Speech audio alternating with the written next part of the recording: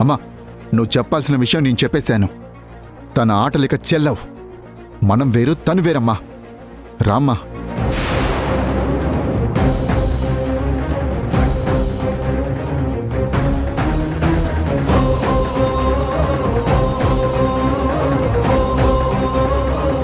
నీ స్నేహితురాలొచ్చి నాతో ఛాలెంజ్ చేసి ఏదేదో మాట్లాడింది కదా. ఇంతవరకు నాకు ఎదురు చెప్పిన వాళ్ళు ఎవ్వరూ లేరు. అలాంటిది నువ్వు నీ స్నేహితురాలు కలిసి ఎదురు చెప్పాము, గెలిచాము అని చెప్పి సంబరపడుతున్నారేమో. చూసావు కదా, వాడు నా కొడుకు, నా చెప్పు చేతల్లో ఉంటాడు. ఈ ఇంట్లో పనివాళ్లు కూడా నిన్ను పలకరించరు. అందరూ ఉన్న అనాథలాగా మిగిలిపోతావు నువ్వు. నిన్ను ఈ ఇంట్లో నుంచి ఎలా పంపించాలో, ఎవరి ద్వారా పంపించాలో నాకు బాగా తెలుసు. అందుకే ఎవరిని దించాలో వాళ్ళని దించాను. ముందు ముందు నీకే అర్థమవుతుంది.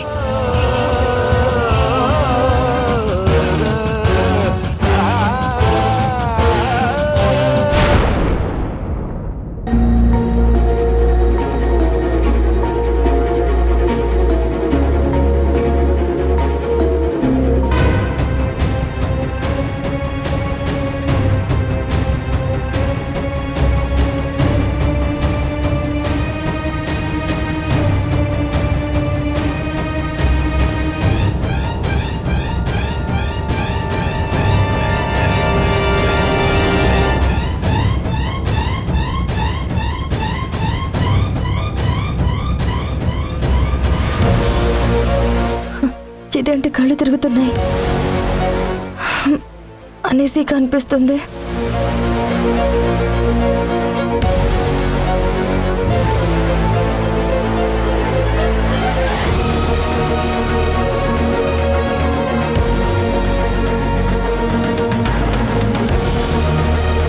వదినా, ఏమైంది? అలా ఉన్నావేంటి? ఎందుకో కాస్త తల తిరుగుతున్నట్టు అనిపిస్తుంది. ఒక 2 మినిట్స్ అంతే. ఉండు, నేను డాక్టర్కి ఫోన్ చేస్తాను. అయ్యో, అదేం వద్దు. 2 నిమిషాలు రెస్ట్ తీసుకుంటే సరిపోతుంది. ఉండు వదినా, వాటర్ తీసుకొస్తాను.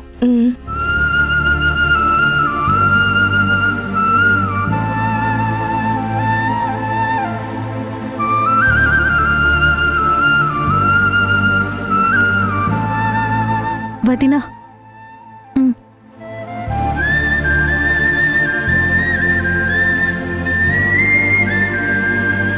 నువ్వు రెస్ట్ తీసుకో వదినా. కావాలంటే కిచెన్లోకి వెళ్ళి నేను వంట చేస్తాను.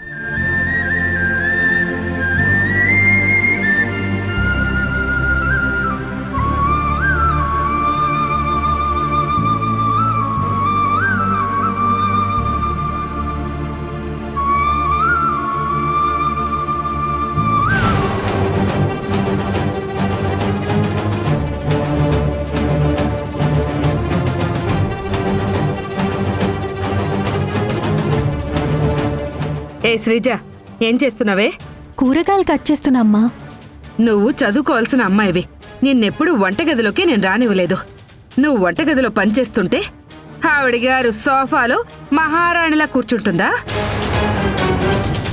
అది కాదమ్మా, వదినకి కాస్త ఒంట్లో బాలేదు. ఇప్పుడేం చేయమంటావు? నేను వెళ్ళి ఆవిడ్ని మంచం మీదకి తీసుకువెళ్ళి కూర్చోపెట్టి వంట చేసి అన్నం కలిపి తీసుకొచ్చి తినిపించమంటావా? ఇన్నాళ్ళు అమ్మలా ఉన్నాను, కానీ ఇప్పుడు అత్తలా ఉంటాను. ఆవిడ కోలుకున్న తర్వాత ఆవిడే వచ్చి వంట చేస్తుందిలే. నువ్వు వెళ్ళి చదువుకో. నీకు పరీక్షలు దగ్గర పడ్డాయి కదా, వెళ్ళు. అది కాదమ్మా. చెప్తుంది నీకు కదా, వెళ్ళు. ఇక్కడ ఆవిడకి పనులు చేసి పెట్టడానికి పాలేర్లు ఎవ్వరూ లేరు. అంతగా ఇబ్బందిగా ఉంటే పుట్టింటికి వెళ్ళమను.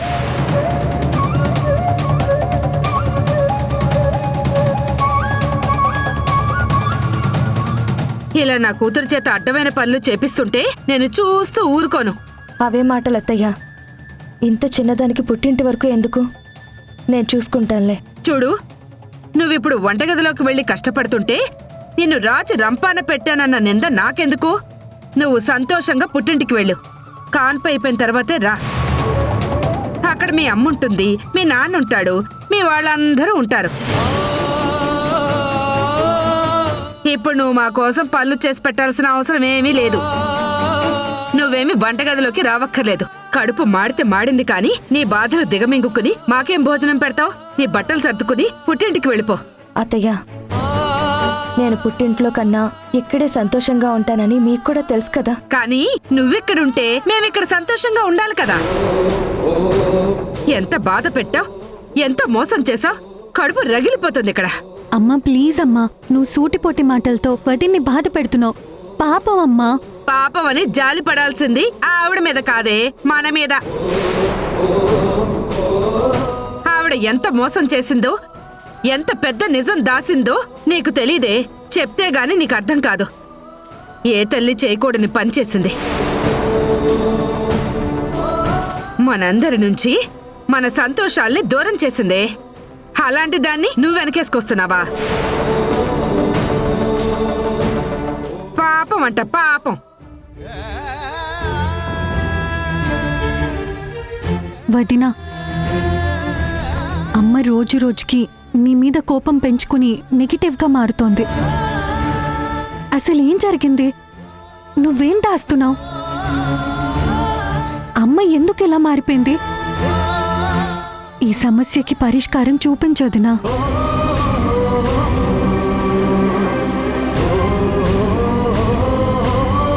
ఏం చెప్పను శ్రీజ? వింధ్య కోసం మీ నుంచి మీ ఆనందాలు దూరం చేశానని చెప్పనా? కట్టుకున్న భర్తని మోసం చేశానని చెప్పనా? అత్తయ్య ఆవేదనలో న్యాయం ఉంది, నా మౌనంలో ఒక అర్థం ఉంది.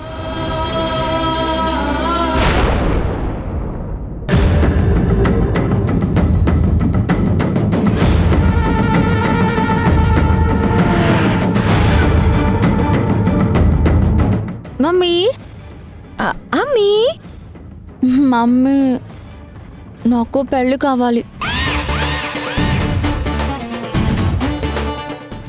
పెళ్ళే కదా, చేసేద్దాం. ఎన్నో పెళ్ళిళ్ళు చేసిందాన్ని, కూతురు పెళ్లి చేయలేనా?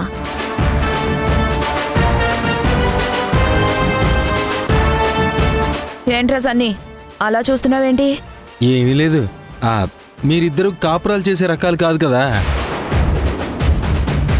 నీకేమో మొగుడు లేడు, దానికేమో మొగుడు రాడు.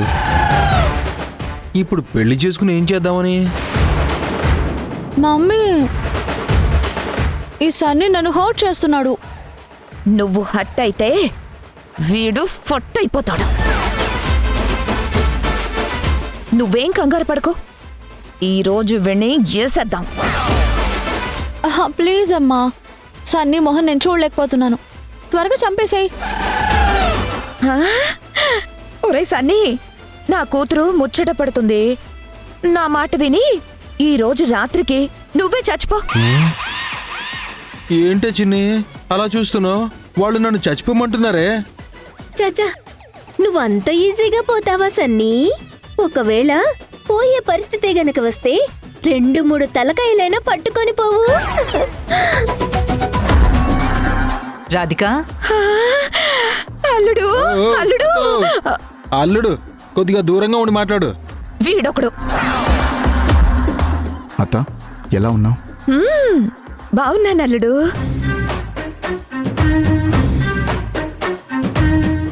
అబ్బో, రేసు గుర్రంలా ఉన్నావు అల్లుడు. ఇంకా నాకేం తక్కువ? చిచ్చి, కంపారిజన్ తగలయ్యా.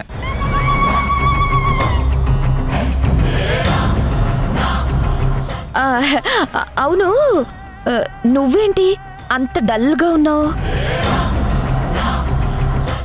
నువ్వు ఇక్కడ మౌనిక, ఇద్దరి మొహంలోనూ అసలు ఆనందం చూడ్డానికే నేను ఇక్కడికి వచ్చాను. రాధిక, నువ్వెప్పుడొచ్చావు? ఏదో ఆనందం అంటున్నావు. అదే అన్నయ్య, అల్లుడు కూతురి మొహంలో ఆనందం చూడ్డానికే నేను ఇక్కడికి వచ్చాను అని చెప్తున్నానంతే. నా కొడుకు సంగతి తర్వాత నీ కూతురి మొహంలో ఆనందం చూడ్డానికి రావడం ఏంటి?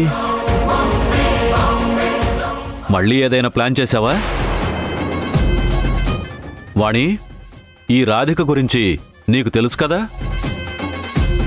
ఏమండి, మా తమ్ముణ్ణి పెళ్లి చేసుకుంటే వాడేమో అన్యాయం చేసి వెళ్ళిపోయాడు.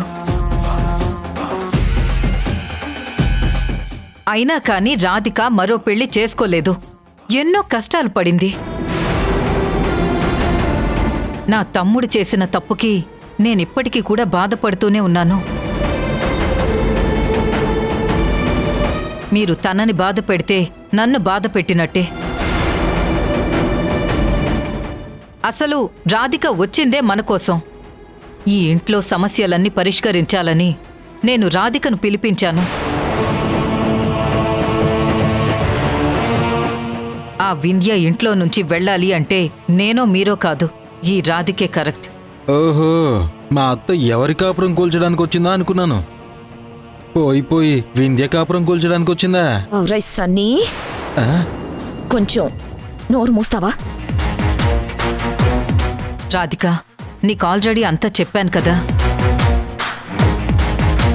వింధ్యకి ఎప్పుడు కూడాను దాని ఫ్రెండ్ సంధ్య సపోర్ట్ ఉంది.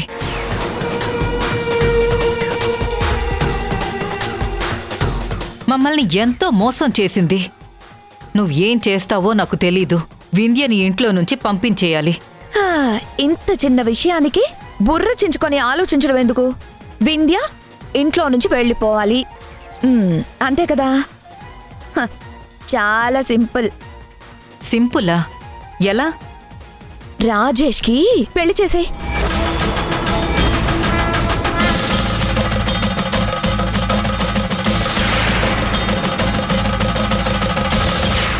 ఇంట్లో పెళ్ళాన్ని పెట్టుకుని మళ్ళీ పెళ్లి చేయడం ఏంటి? నీకేమైనా పిచ్చి పట్టిందా? ఒరేయ్, నువ్వు నోరు మూస్తావా? నోరు ముయ్యాల్సింది వాడు కాదు, మీరు. అసలు మీరేం మాట్లాడుతున్నారు? నేనేమైనా ఆటబొమ్మని అనుకుంటున్నారా? ఆల్రెడీ నాకు పెళ్ళయింది, ఒక కూతురు కూడా ఉంది. దయచేసి నా జీవితంతో ఆడుకోవద్దు. ఇప్పుడు మీ కూతురికి నాకు పెళ్లి చేయమంటారు, అదేనా మీరు చెప్పేది? ఏం మాట్లాడుతున్నావు రాజేష్? అది నీ పెళ్లికి ముందు. నిన్ను పెళ్లి చేసుకుంటాను అని చెప్పి నువ్వేమో ఇష్టం లేదు అని చెప్పావు. ఆ విషయం రాధికకు కూడా తెలుసు. ఇప్పుడొచ్చి దాని కూతురుతో నీ పెళ్లి చేయమని ఎందుకు అంటుంది? నువ్వేమీ మాట్లాడొద్దు. రాధిక, నువ్వు క్లియర్గా చెప్పు. వింధ్యను పంపించేయమంటే రాజేష్కి పెళ్లి చేయమంటావేంటి? చెప్పండి. కొంపలు కూల్చే సలహాలు చాలానే ఇస్తారు కదా, చెప్పండి అత్తా. సన్నీ, నువ్వు నోరు మూస్తావా? అమ్మా, అత్తే అడుగుతుంది కదా, చెప్పు. వదినా, వింధ్య ఇక్కడి నుంచి వెళ్ళిపోవాలి అంటే తిట్టద్దు, కొట్టద్దు, తనని జుట్టు పట్టుకొని బయటికి లాగద్దు అని నువ్వే కదా చెప్పింది. సో రాజేష్కి ఇంకో పెళ్లి చేస్తే తను చేసేది ఏమీ లేక ఖచ్చితంగా ఇక్కడి నుంచి వెళ్ళిపోతుంది.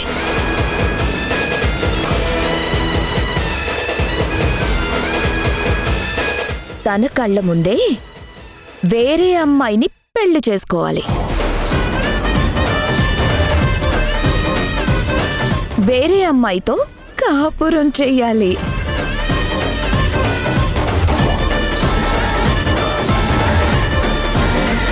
ఒక్క మాటలో చెప్పాలి అంటే వేరే అమ్మాయితో ఫస్ట్ నైట్ కూడా జరిగిపోవాలి.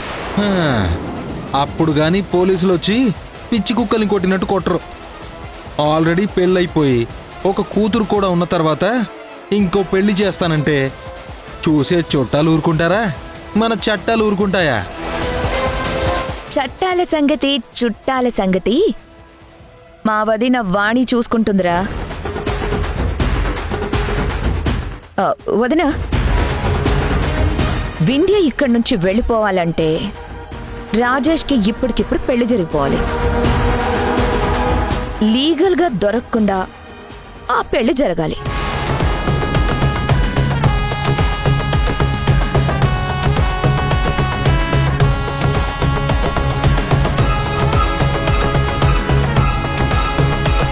ఈ సమస్యకి విరుగుడు రాజేష్కి పెళ్ళే.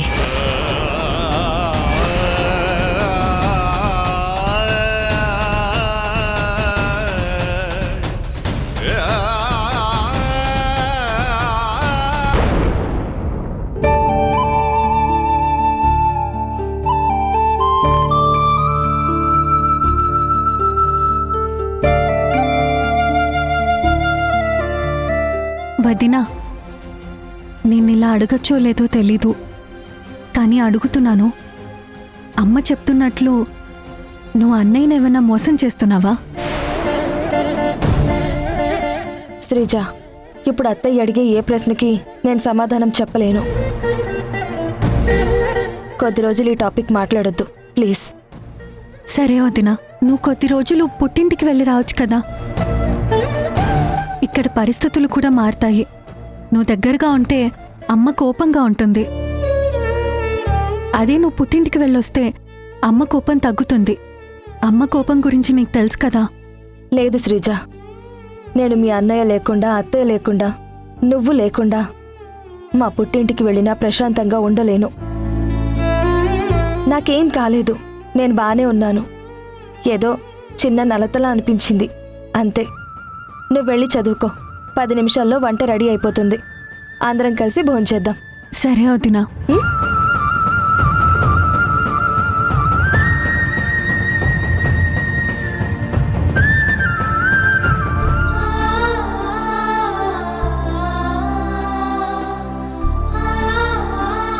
నేను కూడా నీలాగే తల్లిని కావడం లేదు. నేను కూడా అబార్షన్ చేయించుకున్నాను.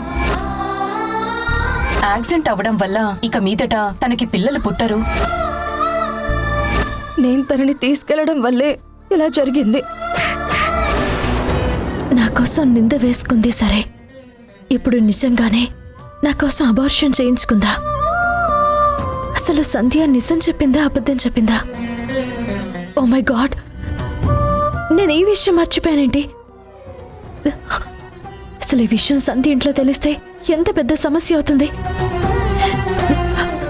ఇప్పటికే నేను చేసిన పని వల్ల వాళ్ళ అత్తయ్య గారు సంధ్యతో సరిగా ఉండడం లేదు. ఇది ఇష్యూ కాకముందే నేను శ్రీకర్తో మాట్లాడాలి, అత్తయ్య గారితో మాట్లాడాలి, సంధ్య జీవితాన్ని కాపాడాలి. సంధ్య నా గురించి ఆలోచించినట్టు నేను కూడా సంధ్య గురించి ఆలోచించాలి కదా. నాలాంటి ప్రాబ్లం తనకి రాకుండా ముందే సాల్వ్ చేసి వస్తాను.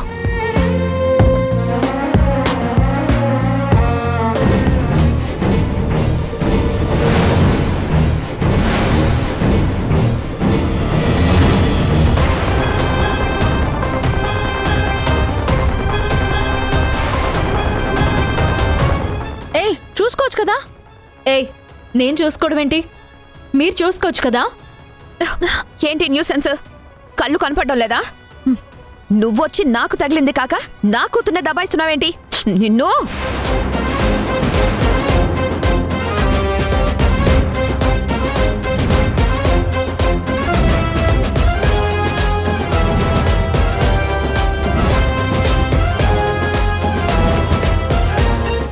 ఏంటి, మా అమ్మ చేయి పట్టుకుంటావా నువ్వు? చెయ్యి పట్టుకోవడం కాదు, విరగ్గొడతాను. ఏంటి చేయలేస్తుంది?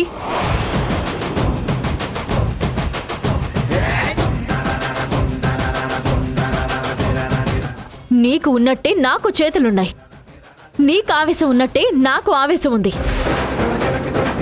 నువ్వు కొట్టడానికి చేయి లేపినప్పుడు నేను తిరిగి కొట్టి ఉంటే నీ పరిస్థితి ఏమయ్యేది?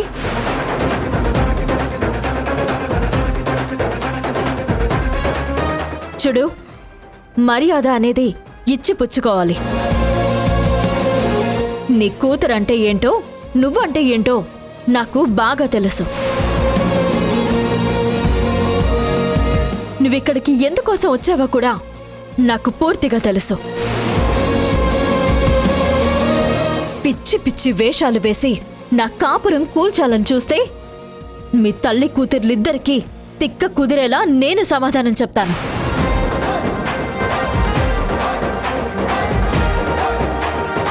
నా గురించి మీకు పూర్తిగా తెలియదు. నీ టార్చర్ తట్టుకోలేక నీ మొగుడు నిన్ను వదిలేసి పారిపోయాడు.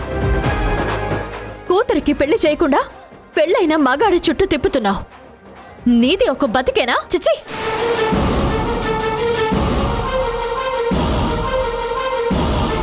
అతో, మిమ్మల్ని ఇలా చూడగానే మీ జాతకం మొత్తం చెప్పేసింది.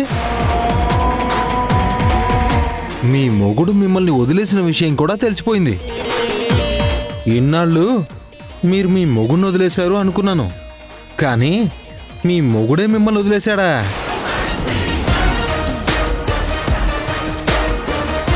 ఇదిగో అత్త, నా మాట వినండి.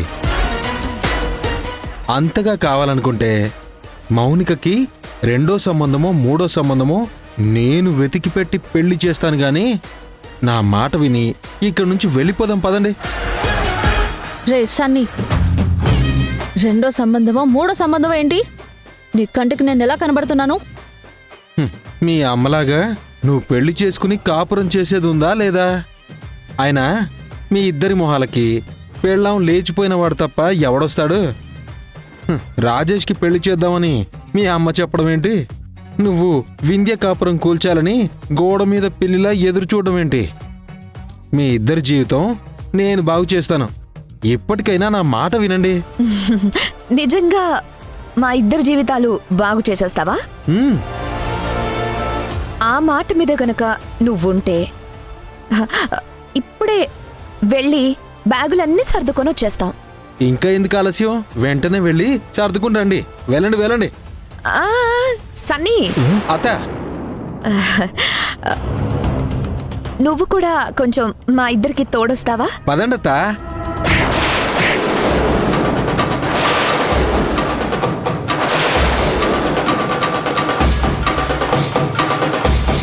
జీతం ఇచ్చే వాళ్ళ మీద జోకులు ఇయ్యొద్దు అని నీకెన్నిసార్లు చెప్పానురా? రాజేష్కి నా కూతురుతో పెళ్లి జరిగిన తర్వాతే నేను ఇంట్లో నుంచి వెళ్తాను. నువ్వది చూస్తూనే ఉండు.